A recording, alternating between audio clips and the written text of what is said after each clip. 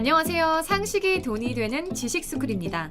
아베 총리는 지난해 11월에 전체 재임 일수 최장 총리에 올랐습니다. 그리고 이번엔 연속 재임 일수 최장수 총리 기록도 갈아치웠죠. 기존 기록은 아베의 외삼촌인 사토 에이사쿠 전 총리의 2798일이었는데요. 아베 총리는 2006년 9월 26일부터 2007년 9월 26일까지 366일간 재임하다 사임했고 2012년 12월 26일 취임 후 연임에 성공하면서 현재까지 총리직을 유지하고 있습니다. 하지만 최근 아베 내각은 크나큰 문제에 직면해 있습니다. 일본 정치사를 새로 쓰긴 했지만 현재 아베 총리는 지지율이 최저 수준인데다 경제도 곤두박질치고 있고 건강 이상설까지 휩싸이는 삼중고에 시달리고 있어 결국 빛이 발했습니다. 무엇보다 아베 총리는 2차 집권기 이후 코로나19에 대해 국민의 안전이 아닌 경제를 지키기 위한 고투 캠페인을 강행하는 등 비상식적인 정책을 펼쳤고 재임 기간 중 부정과 비리도 수없이 저질렀습니다. 심지어 그렇게 자신의 치적으로 삼았던 경제마저도 처참하게 무너져 내렸습니다.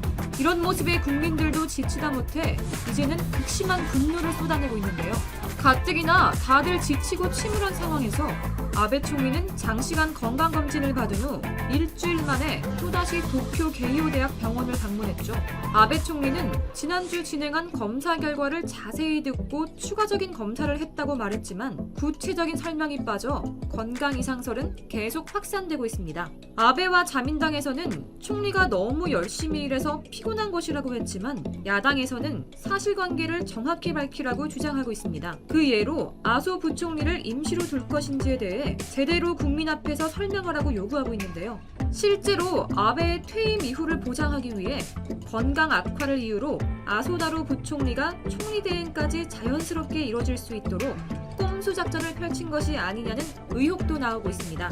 그렇다면 일본은 도대체 얼마나 망해가고 있기에 일본 국민들이 자국의 총리를 향해 의심하는 것도 모자라 꼼수를 저지른다며 이렇게까지 분노하고 있는 걸까요? 영상 시작 전 좋아요와 구독 부탁드립니다. 사실 아베의 지지율이 급격히 추락한 것은 이번 코로나 사태에서 국민의 생명보다 자신의 정치적 자랑인 경제에만 목을 매면서 시작됐습니다. 일본은 그 어떤 나라보다 자국의 코로나 사태를 숨기려고 노력했고 그 결과 방역 대응 자체가 늦어져 버렸죠. 외신에서도 이런 아베의 대응에 이해할 수 없다는 반응이 대부분이었습니다. 거기에 일본의 아날로그 후진성까지 더해져 사실 일본은 코로나 사태를 컨트롤할 능력 자체가 없다는 것이 전 세계에 까발려졌죠. 특히나 6월 중순 도쿄를 중심으로 새로운 유전자 배열을 지닌 코로나19 바이러스가 등장해 일본 국립감염증연구소에서조차 고투 캠페인을 중단해야 한다고 얘기했지만 국민의 생명은 안중에도 없는 아베한테는 씨알도 먹히지 않았습니다. 결국 일본 전역에 급격히 확진자가 늘어나면서 매일 그 수를 갱신하고 있고요. 심지어 현재 늘어나는 확진자의 다수가 새로운 타입의 코로나19 바이러스에 감염된 것으로 파악돼 문제의 심각성을 더하고 있습니다. 이런 이유 때문에 아베가 2020년 목표로 세웠던 외국인 관광객 6천만 명은 이미 물 건너갔죠. 엎친 데 덮친 격으로 일본의 투자와 고용까지 얼어붙어 일본 은행에서도 자국의 경제는 총체적 난국에 빠졌다는 평가를 받고 있습니다. 게다가 이제는 일본 전역에서 땅값이 폭락하고 있어 부동산 시장까지도 무너지고 있는데요. 더 큰 문제는 부동산뿐만 아니라 일본의 모든 경제 지표들이 불안정했는데 아베노믹스와 고투 캠페인 등 아베의 계속되는 헛발질로 일본은 더 큰 문제에 직면하게 됐다는 겁니다. 결국 일본 경제는 아베노믹스가 시행되기 전으로 후퇴했고 이제는 일본의 미래 경제 비전까지 잃어버리게 된 것이죠. 결국 국제신용평가기관인 피치는 일본의 신용등급 전망을 안정적에서 부정적으로 하향 조정했고 이는 중국과 칠레보다도 밀려 일본의 굴욕으로 남게 되었습니다. 반면에 한국은 적절한 완화책과 미국과의 통화 스와프를 적극적으로 체결해 코로나 시국에서도 건실한 대외 재정과 건전한 재정 운용을 보여주며 신용등급을 안정적이라고 평가받았습니다. 이렇게 한국이 일본보다 잘 나가다 보니 일본 내부에서는 한국을 질투해 반한 감정을 넘어 혐한 감정을 표출하고 있습니다. 일례로 일본 가나가와현 사가미하라시 소재 사가미댐 근처에 설치된 조선인 희생자 추모비 안내판이 훼손되었는데요. 사가미댐은 일본이 전범국인 시절 1940년 착공을 시작해 1947년 완공되었습니다. 공사 도중 태평양 전쟁에서 전황이 일본이 불리하게 돌아가면서 노동력이 부족해지자 일본 당국은 중국인 포로와 조선인 등을 동원했고 댐 완공 때까지 적어도 83명의 사망자가 발생했다고 합니다. 해당 안내판에는 당시 식민지였던 한반도로부터 나라의 방책에 의해 데려옴을 당한 분들이라고 적힌 부분에 누군가 고의로 긁어 훼손한 흔적이 있었습니다. 이에 조선학교 학생들은 안내판이 훼손된 것은 일제강점기에 징용노역을 한 조선인 희생자의 존재를 부정하는 시도라며 안내판을 복원해달라는 요청서를 제출하는 사건이 있었죠. 또 일본 공영방송 NHK가 제1한국인 차별을 선동할 수 있는 글을 트위터에 올려 물의를 빚었던 사건이 있었는데요. NHK는 마지못해 사과하면서도 문제가 된 글을 삭제하지 않고 그대로 유지해 다시 한번 사람들을 우롱한다는 비난을 받고 있습니다. 문제가 된 내용은 NHK가 만약 75년 전에 SNS가 있었다면 1945 히로시마 타임라인이라는 제목으로 지난 3월 시작한 가상 트윗을 중계한 것에 있는데요. 태평양 전쟁 말기와 패전 후 상황을 당시 실존 인물 3명의 일기를 토대로 가상의 트윗을 만들어 올렸는데 그중 일부 글에서 일본인이 조선인에 대해 갖고 있던 우월적이고 왜곡된 사고와 인식을 여과 없이 드러냈습니다. 1945년 6월 16일 중학교 1학년 소년이 쓴 것으로 꾸민 가상 트윗에서는 조선인 놈들은 이 전쟁 금방 끝나요. 일본은 질 거예요. 라고 아무렇지 않게 내뱉는다. 무의식 중에 발끈에 맞받아치려고 했지만 중과부적. 게다가 상대가 조선인이라면 할 말이 없다. 어금니를 꽉 깨물었다는 등 차별과 혐오를 그대로 드러낸 내용들이 들어가 있었습니다. 이러한 트윗에 많은 사람들이 항의했는데요. 당시에 그런 일기가 존재했다 하더라도 지금 가상의 트윗으로 발신하는 것은 차별을 선동하는 것이라며 비판이 빗발쳤죠. 이렇게 일본은 공영방송국에서조차 한국에 대한 혐한 감정을 표출하고 있습니다. 물론 일본 내부에서도 과거서부터 일본의 비양심적인 역사 왜곡과 우경화를 걱정했던 사람들이 있었지만 결국 일본은 전범국 시절로 회귀하는 우경화에 빠져 자멸의 길로 빠져버렸죠. 이런 모습에 일본의 양심 있는 지식인들은 얼른 일본이 정신을 차려야 한다며 강력하게 자국을 비판하고 있는데요. 일본은 쓸데없는 자존심을 세우지 말고 과거 잘못된 역사를 겸허하게 받아들이고 얼른 우경화에서 벗어나 한국처럼 미래를 향한 혁신과 발전을 이뤄내야 한다고 얘기하고 있죠. 일본이 우경화에 빠져 허우적거리는 동안 한국은 끝없는 혁신과 발전을 이룩했습니다. 이제 한국은 스마트폰, D램, 랜드 플래시 반도체, 추박형 TV, OLED 패널, 대형 액정 패널, 조선 등 전 세계 넘버1 품목을 7개까지 늘리며 일본을 따라잡았는데요. 특히 일본이 그렇게 자랑하던 첨단 제조업 분야에서는 우리나라가 훨씬 앞서 나가고 있죠. 자신들의 기술이 최고라고 착각하고 있었던 일본은 사실 더 이상 혁신과 발전이 없습니다. 패스트 팔로워 전략으로 원래 있었던 제품들을 좀 더 좋게, 좀 더 빠르게, 좀 더 작게 개선하는 데에만 집중했을 뿐 혁신과는 거리가 애초부터 멀었죠.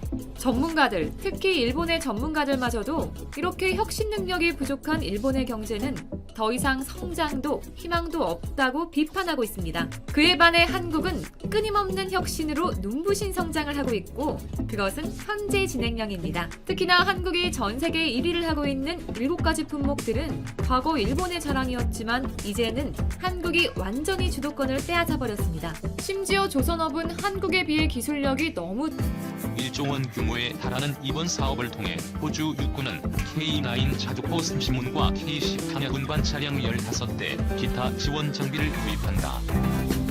한화 디펜스는 호주 정부와 제안서 평가 및 가격 협상을 거쳐 내년에 최종 계약을 할 예정이다. K9은 2010년 호주 육군 자주포 사업 우선 협상 대상에 선정됐으나 호주의 예산 사정으로 2012년 사업이 중단됐다. 하지만 호주가 중국의 군사력 증강에 대응하기 위해 지난 7월 2020 국방전략계획을 선언한 것을 전후로 신속 획득 방식으로 사업이 진행됐다. 방산업계에서는 K9 수출을 계기로 호주 시장에서 국산 무기의 추가 판매가 이루어질 수 있다는 기대도 나온다. K9은 2001년 터키를 시작으로 폴란드, 인도, 핀란드, 노르웨이, 에스토니아에 600여 대가 팔렸다. 스톡홀름 국제평화연구소 자료에 따르면 2000에서 2017년 세계 자주포 수출 시장에서 K9의 비중이 48%를 차지한다. K9은 155mm 52구경장 포를 장착, 포탄을 40km 떨어진 곳까지 쏠 수 있다. 이는 K9의 우수한 성능 덕분이다. 자동화된 사격 통제 장비와 장전 장치를 탑재해 사격 명령을 접수한 지 30초 이내에 포탄을 발사할 수 있다. 15초 이내에 최대 3발을 급속 발사가 가능하다. K10 탄약 운반 장갑차는 한 번에 104발의 포탄을 실어 나를 수 있어 K9 자주포의 지속적인 작전 능력을 뒷받침한다. 덕분에 K9은 미국 M100VA7이나 영국 AS-90 자주포보다 우수하고 세계 최강 자주포인 독일 PZH-2000과 비교해도 손색이 없다는 평가를 받는다. 세계 자주포 시장에서 미국, 유럽 업체와 대등하게 경쟁할 수 있는 이유다. 우리 군이 1999년부터 천여 대를 운용하는 것도 수출 증대에 큰 도움이 된다. 20여 년 동안 사용하면서 성능이 검증됐고 운용 노하우 축적이 이루어졌다.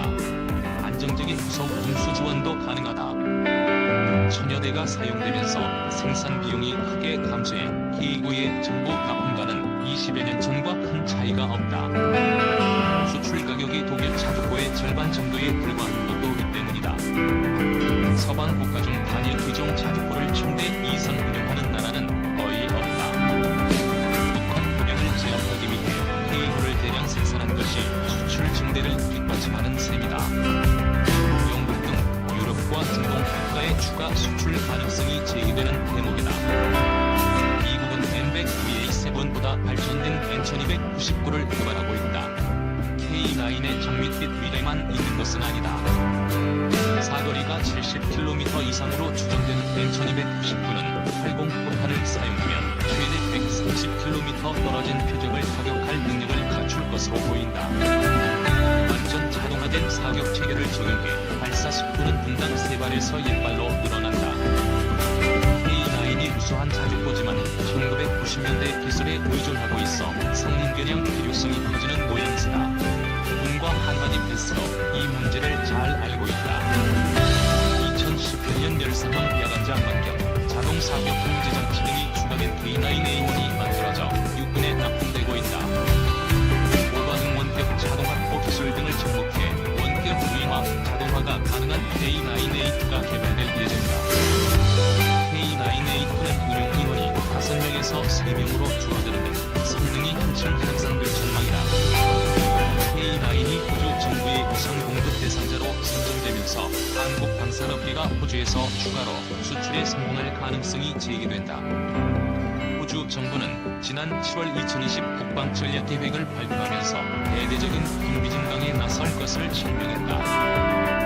평양 지역에서 중국의 영향력 확대를 견제하기 위해 호주 향후 10년간 2,700억 호주 달러를 군사력 증강과 유지에 투입한다. 해군 750억 호주달러, 공군 650억 호주달러, 육군 550억 호주달러, 사이버전 150억 호주달러, 우주통신 및 감시 장비에 70억 호주달러가 쓰일 예정이다.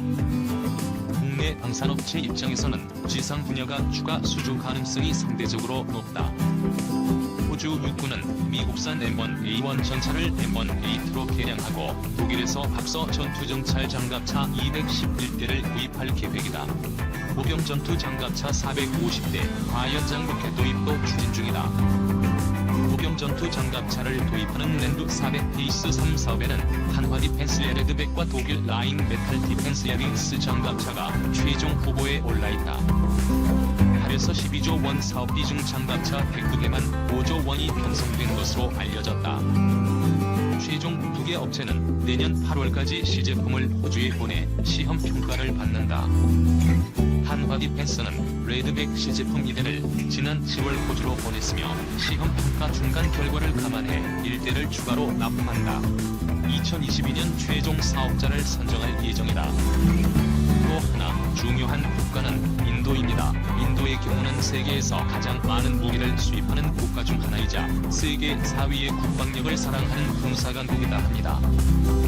요가와 카다의 나라라고만 알고 있던 인도는 1950년대부터 오랫동안 중국과 힘겨루기를 하고 있는데요. 특히 얼마 전 카슈미르 지역에서 중국군과 군사 충돌이 일어나 20명이 사망했던 사건을 그들의 관계가 얼마나 치열한지 여실히 보여줍니다. 총격전이나 폭격 등의 전면전은 아니었지만 실제로 군인들 간의 전투가 벌어졌음에도 수명이 사망을 봅니다. 그러나 중국 군인이 인도 군인과 살 때 사용했던 무기가 공개되면서 걷잡을 수 없는 소용돌이에 휘말렸습니다. 붉은색에 칠해진 산막대에 수십 개의 못이 박힌 무기로 인도 군인을 잔인하게 폭행했다는 사실이 알려져 인도 대회에서는 반중 감정을 고조시키기도 했습니다. 오랫동안 중국과 국영 문제를 두고 다투어오면서 인도는 스스로 군사력을 강화시켜 왔고 한국산 무기를 꽤나 많이 분해하고 있는 추세입니다. K9 역시 인도의 구매 핵이었죠. 2017년 인도와 한국은 K9100대를 판매하는 분해 기억을 체결했는데 극유무가 7,800원으로 결정되었습니다. 이는 인도가 개별 민간업체가 계약한 방산복 이중 최대 규모라고 하는데요. 100대 중 10대는 한국이 직접 생산해 인도하고 나머지 90대는 인도가 인도내 공장에서 직접 생산하기로 결정되었습니다. 인도에서 K9 썬더는 K9 바지라고 명명했는데 이는 인도어로 폭풍을 뜻합니다. 터키와 마찬가지로 같은 이름을 쓰기로 한 것이죠. 그런데 K9은 압도적인 화력도 중요했지만 사막부터 서론까지 어떤 환경에서도 문제없이 운영할 수 있다는 사실이 참 매력적이었습니다. 예인도 역시 K9을 구매하되 인도의 더위 및 사막 등의 특수 지형에 맞게 개량을 거쳐 실전에 배치하기로 했습니다. 참고로 공장 준공식에는 모디 총리뿐 아니라 국방부장관까지 직접 참석하기도 했고 모디 총리는 지적해 9대 탑승에 굉장히 만족했다는 후문입니다. 인도는 원래 충분한 실전 경험을 거친 후에 실전에 배치하기로 결정했습니다만 인도에서 생산한 41문을 조기에 인도가 다 실전 배치시켜버렸습니다. 지난 2018년에 한국에서 생산해 인도한 10대의 K9이 월등한 작전 수행 능력을 보이면서 그 영향을 받았죠. 이에 따라 전체 일정도 앞당겨질 것으로 예상하고 있습니다. 아시다시피 인도의 무기 시장은 러시아가 독점하다시피 장악하고 있었고 실제로 65%의 무기가 러시아되었죠. 그런데 대공 방어책의 공개 입찰에서 한국의 일디펜스는 D5 복합 러시아에 알맞은 한테는 통구스 칼을 KBB 둘라 시스템즈 접한 치료를 투입시켰는데 이 러시아 국방장관은 공개적으로 이 뒤의 결정에 비판하기도 했고 푸틴은 인도를 아파케 다시 결정할 것을